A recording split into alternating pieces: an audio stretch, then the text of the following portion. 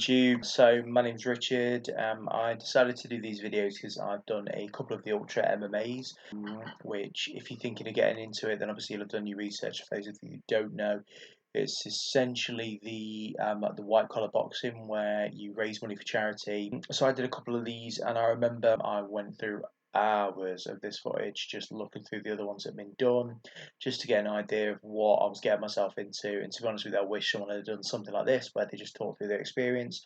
So the idea is just to watch a few, react to it.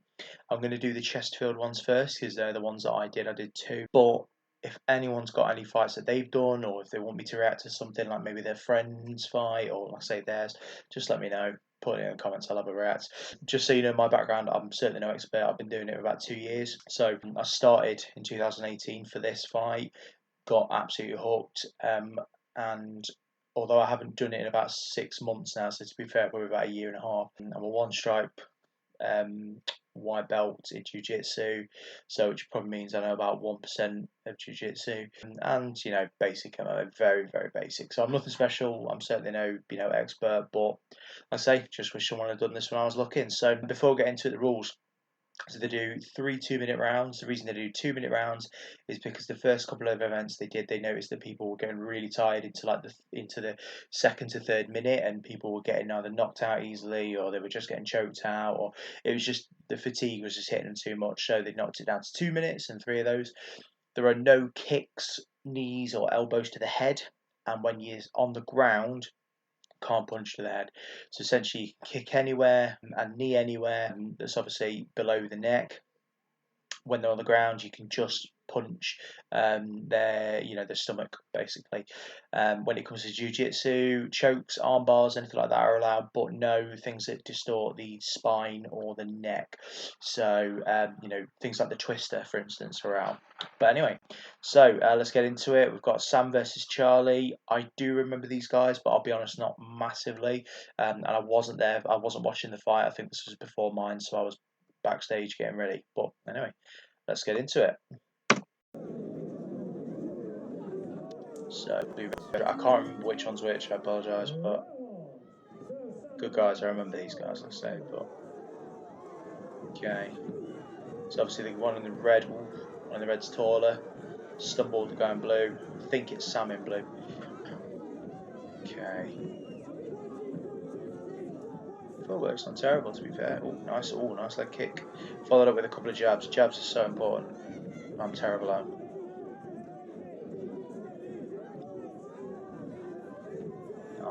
Nice head movement and then counter.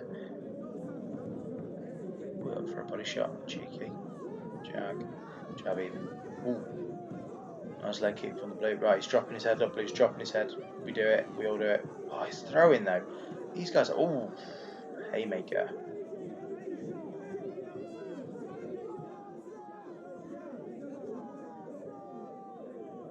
You tend to find that you just keep going around in circles, like the same way.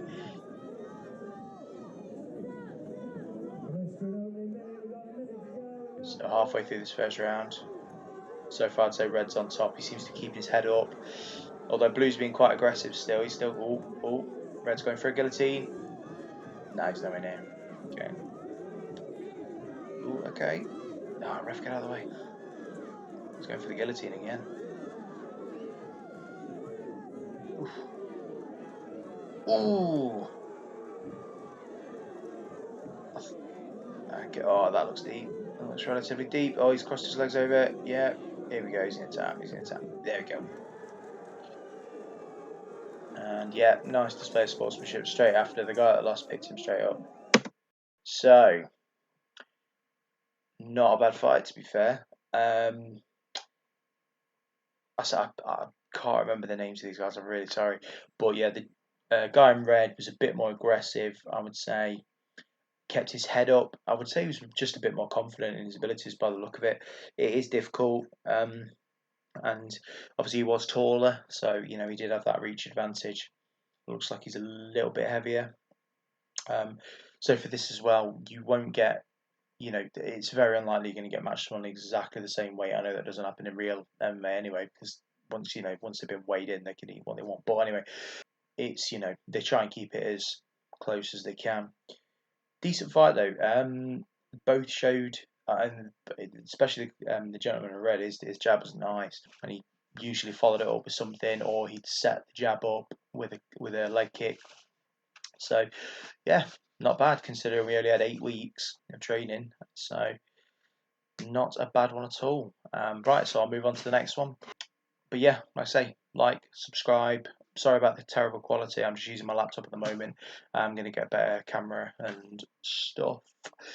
But get in touch and let me know if you want any specific fight covering, and I'll give it a shot. But thanks so much. See you later, guys.